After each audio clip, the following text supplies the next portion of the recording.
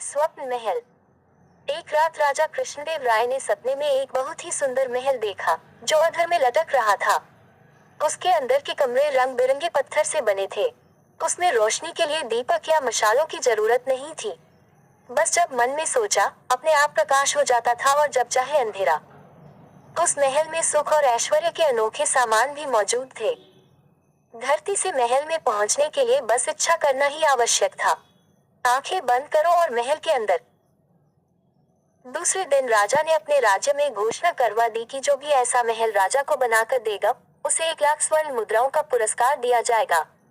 सारे राज्य में राजा के सपने की चर्चा होने लगी। सभी सोचते कि राजा कृष्णदेव राय को न जाने क्या हो गया है। तभी सपने भी सच होते हैं। पर राजा से यह बात कौन कहे। राजा ने अपने राज्य के सभी कारीगरों को बुलवाया। सबको उन्होंने अपना सपना सुना दिया। कुशल व अनुभवी कारीगरों ने राजा को बहुत समझाया कि महाराज, यह तो कल्पना की बातें हैं। इस तरह का महल नहीं बनाया जा सकता। लेकिन राजा के सिर पर तो वह सपना भूत की तरह सवार था। कुछ धूर्तों ने इस बात का लाभ उठाया। उन्होंने राजा से इस तरह का महल बना देने का वादा करके काफी धन लूटा। इधर सभी मंत्री बेहद परेशान थे। राजा को समझाना कोई आसान काम नहीं था। अगर उनके मुंह पर सीधे सीधे कहा जाता कि वह बेकार के सपने में उलझे हैं तो महाराज के क्रोधित हो जाने का भय था। मंत्रियों ने आपस में सलाह की।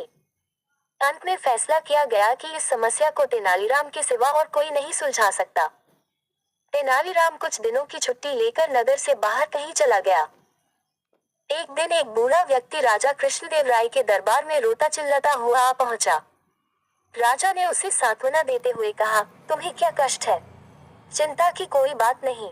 अब तुम राजा कृष्णदेव राय के दरबार में हो। तुम्हारे साथ पूरा न्याय किया जाएगा। मैं लुट गया, महाराज। आपने मेरे सारे जीवन की कमाई हड़प ली। मेरे छोटे छोटे बच्चे हैं, महाराज। आप ही बताए, मैं कैसे उनका पेट भरूं? वह व्यक्ति बोला, क्या हमारे किसी कर्मचारी ने तुम पर अत्याचार किया है? हमें उसका नाम बताओ। राजा ने क्रोध में कहा, नहीं, महाराज, मैं झूठ ही किसी कर्मचारी को क्यों बदनाम करूं? बूढ़ा बोला, तो फिर साफ क्यों नहीं कहते, यह सब क्या गोलमाल है? जल्दी बताओ, तुम चाहते क्या हो? महाराज, अभयदान पाऊं तो कहूं। हम तुम्हें अभयदान देते हैं, राजा ने विश्वास दिलाया। महाराज, कल रात मैंने सपने में देखा कि आप स्वयं अपने कई मंत्रियों और कर्मचारियों के साथ मेरे घर पधारे और मेरा संदूक उठवाकर आपने अपने खजाने में रखवा दिया। उस संदूक में मेरे सारे जीवन की कमाई थी, 5,000 स्वर्ण मुद्राएं। उस बूढ़े व्यक्ति ने सिर झुकाकर कहा, विचित्र मूर्ख हो तुम, कहीं सपने भी सच हुआ करते हैं। राजा ने क्रोधित होते हुए कहा, ठीक कहा आपने, महाराज। सपने सच नहीं हुआ करते। सपना चाहे अधर में लटके अनोखे महल का ही क्यों न हो और चाहे उसे महाराज ने ही क्यों न देखा हो, सच नहीं हो सकता। उद्धरण। राजा कृष्णदेव राय हैरान होकर उस बूढ़े की ओर देख रहे थे। देखते ही देखते उस बूढ़े ने अपनी नकली दाढ़ी, मूंछ और पगड़ी उतार दी। राजा के सामने बूढ़े के स्थान पर तेनालीराम खड़ा था। इससे पहले कि राजा क्रोध में कुछ कहते, तेनालीराम ने कहा, महाराज, आप मुझे अभयदान दे चुके हैं। महाराज हंस पड़े। उसके बाद उन्होंने अपने सपने के महल के बारे में कभी बात नहीं की।